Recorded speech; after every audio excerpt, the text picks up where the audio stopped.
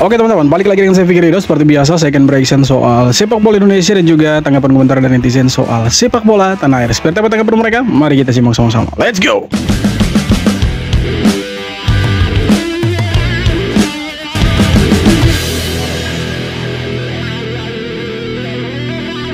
Nih, ku kasih tahu kenapa sepak bola Indonesia nggak maju-maju. Kalian ingat kan waktu rapat Komisi 10 DPR dengan PSSI dan Kemenpora membahas naturalisasi Joel, Dan James, dan juga Emil Audero? Itu Ahmad Dhani ngasih masukan. Katanya cari aja pemain Eropa yang udah tua, bawa ke Indonesia, kasih istri, anaknya nanti kan jadi pemain yang hebat, bikin timnas kita maju di masa depan. Itu kan statement yang lucu kan? Ngawur, bukan lucu sebenarnya. Kan? Iya. Nah anehnya, ini loh TV yang berkali-kali bikin kontroversi ini. Itu diambil jadi tema. Coba lihat nih, cari istri buat naturalisasi. Diambil tema dari hal yang lucu, dan ini diperdebatkan oleh Towel dan Henderson. Diperdebatkan seolah-olah kayak lagi debat capres. Jadi kalian bayangkan, udahlah kualitas di DPR yang bahas sepak bolanya begitu. Media mau bahas sepak bola yang diangkat temanya kualitasnya begini. Datang pengamat ikut pula mengomentari. Jadi berdebat kayak begini. Makanya sepak bola kita nggak maju. Ini dari hal-hal yang nggak paham sepak bola ya. Belum lagi di mana sepak bola itu dimasuki oleh politik. Berapa banyak yang di PSSI sekarang anggota partai politik? Banyak. Jadi orang-orang yang benar-benar paham sepak bola seperti Bu Ratu Tisha berapa? Bisa dibilang cuma 1/100. Yes. Lawak kayak gini, kayak mana mau maju sepak bola kita? Kacau kan? Itulah ya. Salam di Mateo. Tapi ada poin yang saya tangkap dari perdebatan antara Towel, kemudian ada Henderson, ada salah satu ibu dari Komnas Perempuan, dan juga salah satu legenda sepak bola, Christian Gonzalez. Hadirlah mereka, dan ada dua orang lagi, Effendi Ghazali dan satu legenda sepak bola juga katanya. Tapi ya sudah sedikit tua, jadi mungkin saya tidak tahu. Tapi ada poin yang saya tangkap di situ, di mana Towel mencoba untuk menjelaskan soal sepak bola kepada orang-orang di sebelahnya dia yang sama sekali tidak paham sepak bola. Nah pertanyaannya, apakah saran yang diberikan oleh Ahmad Dhani itu sudah sesuai dengan sepak bolanya kita, budaya sepak bola kita? Kan menurut saya tidak sesuai sama sekali. Betul yang dibilang sama Towel, dan saya merasa bahwa semalam ketika hadir di acaranya iNews, saya pikir di situ Towel kelihatan sekali bahwa inilah kualitasnya dia sebagai pengamat sepak bola. Sorry tuh, saya sekali lagi bukan saya mendukung Towel, tetapi dalam hal ini saya harus objektif bahwa yang disampaikan Towel tadi malam itu benar-benar dia menunjukkan kualitasnya dia sebagai seorang pengamat sepak bola. Dia menunjukkan bahwa sepak bola itu tidak berbicara soal genetik. Itu yang harus kita dukung. Maksudnya kita melihat Towel selama ini bertentangan dengan sepak bola Indonesia, khususnya STY. Tapi tadi malam ketika dia membantah soal statement Ahmad Dhani ketika rapat soal Dan James, Emil Audero, dan juga Joey Pelupesi, saya pikir Towel luar biasa. Kenapa? Karena Towel membawa satu ya angin segar untuk pecinta sepak bola menurut saya. Kenapa saya bilang seperti itu? Karena dia mempertegas bahwa sepak bola itu tidak soal kawin-mawin. Betul juga teman-teman, karena belum tentu ayahnya hebat main bola, anaknya juga ikut hebat. Betul, belum tentu. Jadi ya sekali lagi, inti dari perdebatan di TV, di iNews TV tadi malam, saya pikir ya Towel menunjukkan kalau memang benar-benar kualitas orang-orang yang berbicara sepak bola itu jauh di bawahnya dia. Dan memang tadi malam hanya dia yang mengerti soal sepak bola, yang lainnya kan cuma pecinta sepak bola, bukan pengamat sepak bola.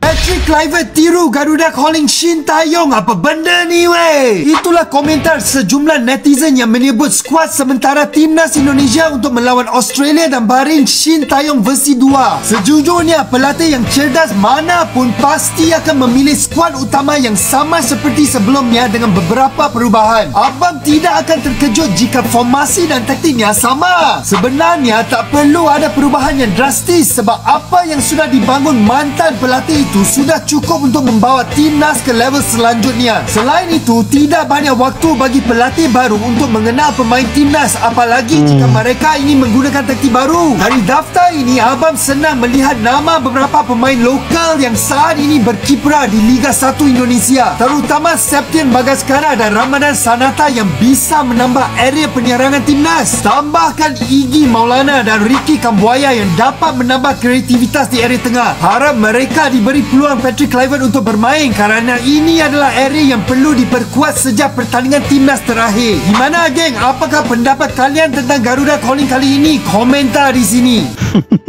Ya tidak ada perubahan, cuma ada penambahan beberapa pemain saja. Bagaimana dengan Malaysia? Garuda Callingnya sudah kayak Harimau Calling, bukan Garuda Calling. Harimau Malaya Calling mereka. Aku rasa memang kita perlu scare guys ya. Memang perlu seram dengan Southeast Asia most valuable players. From number 1 to number 8. Korang boleh tengok Indonesian players. This why I respect timnas Indonesia ya guys. Jangan pernah mencari masalah dengan timnas Indonesia. Yeah, you can see how scary of them. Wow. 10 besar, Cok. And number 9, Thailand. Okay. Number 11, Thailand. Chanatip Subhanat Supachok. Yes. Number 14, Dion Kools, the best player in Malaysia. You know, you can see number 14, bro. Yeah, Nguyen Xuan Son, Gary Hopman, 16. Mikkelsen, Arif Aiman is number 19. And number 20, Ragnar Oramanggon. For sure that I vote Indonesian because they have the best team. You can look at that guys. Ada Emil, Kevin, Jay, Kelly Vero, Martin Paes, goalkeeper. Jay Izzes guys, my favorite player for Indonesia. Oh my god, Jay Izzes, the best player in Indonesia. And Miss Hilgers is number 1. Timnas Indonesia. Bila aku lihat squad Indonesia guys dengan ada player-player dari nombor 1 Miss Hilgers sampai Ola Romani, they have all the best player is around the world bro. I think they can beat Australia. Okay, aku rasa mereka boleh beat Australia. And harusnya Australia, bang, harusnya begitu.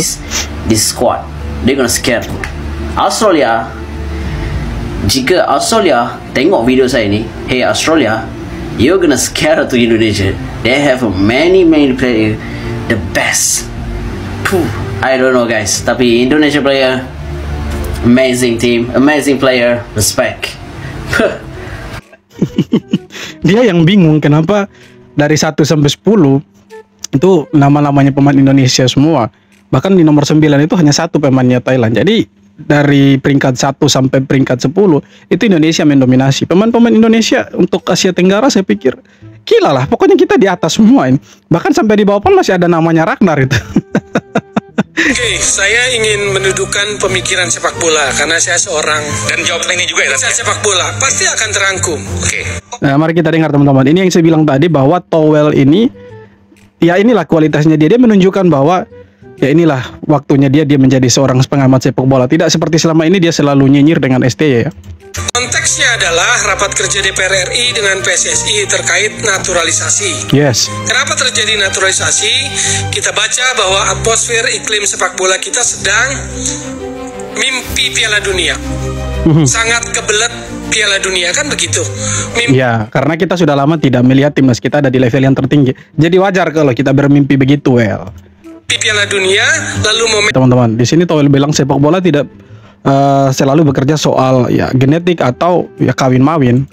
Maksudnya apa? Keren sih Towel punya statement tadi malam. Satu stadion satu stasiun televisi, satu studio itu terdiam semua. Bahkan mereka punya statement, tidak ada yang mampu untuk membantah statementnya Towel, karena memang di situ kalau kita mau lihat dari narasumber yang hadir di situ, dari beberapa orang yang hadir di situ, memang ya mungkin praktisi sepak bola kalau kita lihat ya kalau kita lihat pemain ya mungkin cuma 2 orang. Salah satu legenda sepak bola itu yang saya tidak tahu namanya, dan juga Christian Gonzalez, dan juga Towel sebagai pengamat sepak bola yang mungkin sudah lama berkecimpung di dunia sepak bola. Selebihnya cuma pecinta sepak bola dan hanya penonton seperti kita saja. Mereka bukan pengamat. Jadi wajar kalau Towel yang menguliti mereka semua tadi malam. Hewan, maksudnya sudah bilang tadi kuda, yang tanya hewan gitu kan. Kan lucu sebenarnya. Benar-benar betul, betul-betul benar-benar betul. Itulah yang saya bilang tadi bahwa Towel menguliti mereka semua. Ya buat kalian yang mau nonton videonya, itu kan live tadi malam di E-News, kalian bisa ya ke E-News TV lah di channel YouTube-nya itu teman-teman. Itu di situ Towel pokoknya membantai mereka semua lah. Towel menguliti mereka semua sampai-sampai mereka tidak bisa berbicara banyak. Memang kalau kita lihat usul dari Ahmad Dhani memang agak sedikit ngawur. Dan betul yang dibilang Towel kalau di dalam sepak bola tidak selalu genetik yang berbicara. Karena kalau kita lihat pun pemain-pemain sepak bola dunia, legenda-legenda sepak bola dunia, mereka punya anak, bukan tidak punya anak, tapi mereka punya anak tidak sejago bapaknya. Jadi sekali lagi usul dari Ahmad Dhani yang menurut saya melenceng, nyeleneh dan tidak wajar di dalam forum formal seperti itu, terhormat seperti itu diutarakan. Ya menurut saya statementnya dia itu memang tidak pantas lah dan harusnya dia minta maaf. Tapi sampai dengan saat ini sepertinya Ahmad Dhani bangga dengan apa yang dia sampaikan waktu rapat dengan PSSI dan Kemenpora waktu itu. Tapi menurut saya seharusnya sebagai seorang ya public figure, pejabat publik, anggota DPR RI, harusnya dia minta maaf bahwa statementnya dia itu tidak hanya melukai hati penonton, tapi ya seolah-olah perempuan dijadikan wadah untuk laki-laki dari luar yang dinaturalisasi untuk datang ke sini, dikawinkan, kemudian anaknya dijadikan pemain sepak bola. Ya kalau memang ide gila seperti itu dipakai di Indonesia, saya pikir sepak bola kita tidak akan pernah berkembang, tidak akan pernah bisa dan tidak akan pernah maju sampai kapanpun, tidak akan pernah bisa. Ya walaupun naturalisasi ini tidak bisa terus-menerus diteruskan, tapi menurut saya selagi aturan tidak dilarang di FIFA dan itu masih sah sampai kapanpun, kita akan tetap naturalisasi. Supaya apa? Kita punya kualitas sepak bola antara pemain naturalisasi atau pemain keturunan dengan pemain-pemain yang ada di Liga 1 itu make sense dan mereka bisa kerjasama di lapangan. Nah karena memang kita punya liga juga tidak terlalu bagus di Asia, kita di peringkat berapa? 20-an men. Nah kita mungkin coba kita buka mata kita lebar-lebar. Persib, iya kan, Persib sekarang tuh mereka ada di peringkat 1 Liga 1 Indonesia loh, peringkat teratas lah, peringkat 1. Bayangkan, coba sebutkan satu pemain Persib yang dipanggil oleh Patrick Kluivert selama Patrick Kluivert jadi pelatih Indonesia. Coba sebutkan satu nama pemain Persib yang dipanggil oleh Patrick Kluivert. Tidak ada. Artinya apa? Artinya memang kualitas kita di Indonesia memang belum sampai ke levelnya Patrick Kluivert. Jadi jangan marah kalau pemain-pemain yang ada sekarang kebanyakan itu pemain-pemain diaspora. Apalagi statementnya Ahmad Dhani berkaitan dengan warna rambut, warna mata, suku, ras, bahkan sampai ada sebut agama, harus agamanya Islam. Saya pikir itu kan akan melebar kemana-mana nantinya.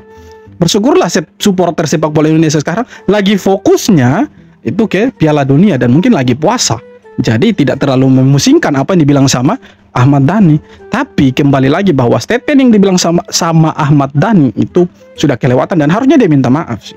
Terlepas dari dia sebagai anggota dewan, dia punya hak untuk berbicara di situ, tapi menurut saya harusnya dia minta maaf dan tidak perlu statement-statement konyol seperti itu dikeluarkan. Menurut saya sih, teman-teman. Ya, tergantung kalian punya pendapat seperti apa. Silahkan tulis kolom komentar kalau kalian punya pendapat pribadi. Pemain keturunan Indonesia yang bermain di Norwegia yaitu adalah Samuel Silalahi, dipanggil oleh timnas Norwegia U21. Nah, dia main dengan Marcus Haaland ini, Samuel Silalahi. Mari kita bahas, boy. Ini doi update langsung di sosmednya dia ya, boy. Lu bisa lihat sendiri ya, di sini ada nama-nama orang Norwegia nih. Bener-bener nama Norwegia banget, sumpah. Marcus Haaland, Sander Ostrad, O-nya dicoret gitu kayak Odegaard, Mats Pedersen, nama-nama orang Norwegia banget, boy. Tiba-tiba muncul satu paling bawah tuh, Samuel Silalahi. Dia beda sendiri gitu ya. Nama orang Indonesia itu nongol sendiri di timnas Norwegia U21. Kenapa sih bang, lu ketawa-ketawa bang? Emang ada yang lucu bang? Ada yang lucu. Samuel Silalahi adalah pemain berusia 19 tahun yang bermain di tim reserve-nya Strømsgodset di Liga Norwegia. Dan dia juga ada beberapa kali main di tim seniornya di Liga Utama Norwegia. Dan doi adalah pemain berposisi gelandang serang yang harusnya eligible dipakai di U20 kemarin, dimana timnas U20 kita itu sangat kocak dan berputar-putar. Ya kita positive thinking aja, boy, ya mungkin dia udah kelewatan tahun lahirnya mungkin ya. Yang kita nggak tahu. Masa sih Coach Sapri lokal pride nggak mungkin dong, ya nggak? Waktu itu gue juga sempat bahas soal Samuel Silalahi ini yang main ke Pulau Samosir ya. Dimana waktu itu gue bilang doi itu keturunan Sumatera Utara dari emaknya. Terus banyak tuh orang-orang Batak yang koreksi gue, sorry ya, thank you BTW. Ternyata marga Batak itu nggak bisa turun dari ibu ya, kecuali diadatin mungkin. Yang gue tahu tuh kayak gitu. Dan info yang gue baca ternyata Doi ini bener-bener pure. Orang tuanya dua-duanya orang Sumatera Utara, tapi numpang lahir di Norwegia. Ini bener-bener kalau PSSI nggak bergerak ya, sayang sih, bener sayang, asli. Iya, sebenarnya dia ini pemain potensial, masih muda, bermain di luar negeri, Norwegia. Saya pikir ini salah satu kesempatannya PSSI untuk menaturalisasi pemain ini. Karena kalau sampai dia bermain bagus dan dipakai terus sama Norwegia, satu kerugian untuk Indonesia. Oke, kita punya banyak pemain yang mungkin punya posisi sama dengan dia. Tapi kalau anak ini tidak dinaturalisasi oleh timnas Indonesia, itu ya, kita rugi teman-teman. Jadi ya kembali lagi PSSI, apakah mau menaturalisasi si Silalahi ini, Samuel Silalahi, karena dia bermain dengan Marcus Haaland dan beberapa nama yang memang orang Norwegia gitu kan. Dan semoga dilirik sama PSSI dan dinaturalisasi karena potensial sekali ya teman-teman. Oke, jadi itu dia beberapa video tanggapan komentar dari netizen soal sepak bola kita. Dan ada juga Towel yang sorry, kali ini saya bilang dia ya mengeluarkan kualitasnya dia sebagai pengamat sepak bola. Padahal selama ini dia bertentangan dengan apa yang kita pikirkan. Tapi kali ini menurut saya ya tumben dia dalam tanda kutip pikiran Towel kali ini ya sedikit waras gitu. Berada di jalur yang sama dengan kita. Jadi menurut saya yang disampaikan Towel adalah betul bahwa sepak bola tidak selalu berbicara tentang itu. Ya kan? Betul. Dan kita harus mengakui itu. Ya, kita harus berpikir objektif bahwa yang dibilang sama Towel itu adalah sesuatu hal yang betul dan harus kita dukung. Dan kalau kita perlu kritik dia, ya silahkan kita kritik. Seperti itu teman-teman. Dan ya terima kasih sudah nonton video sampai akhir dan kita jumpa lagi di video-video berikutnya. Hormat.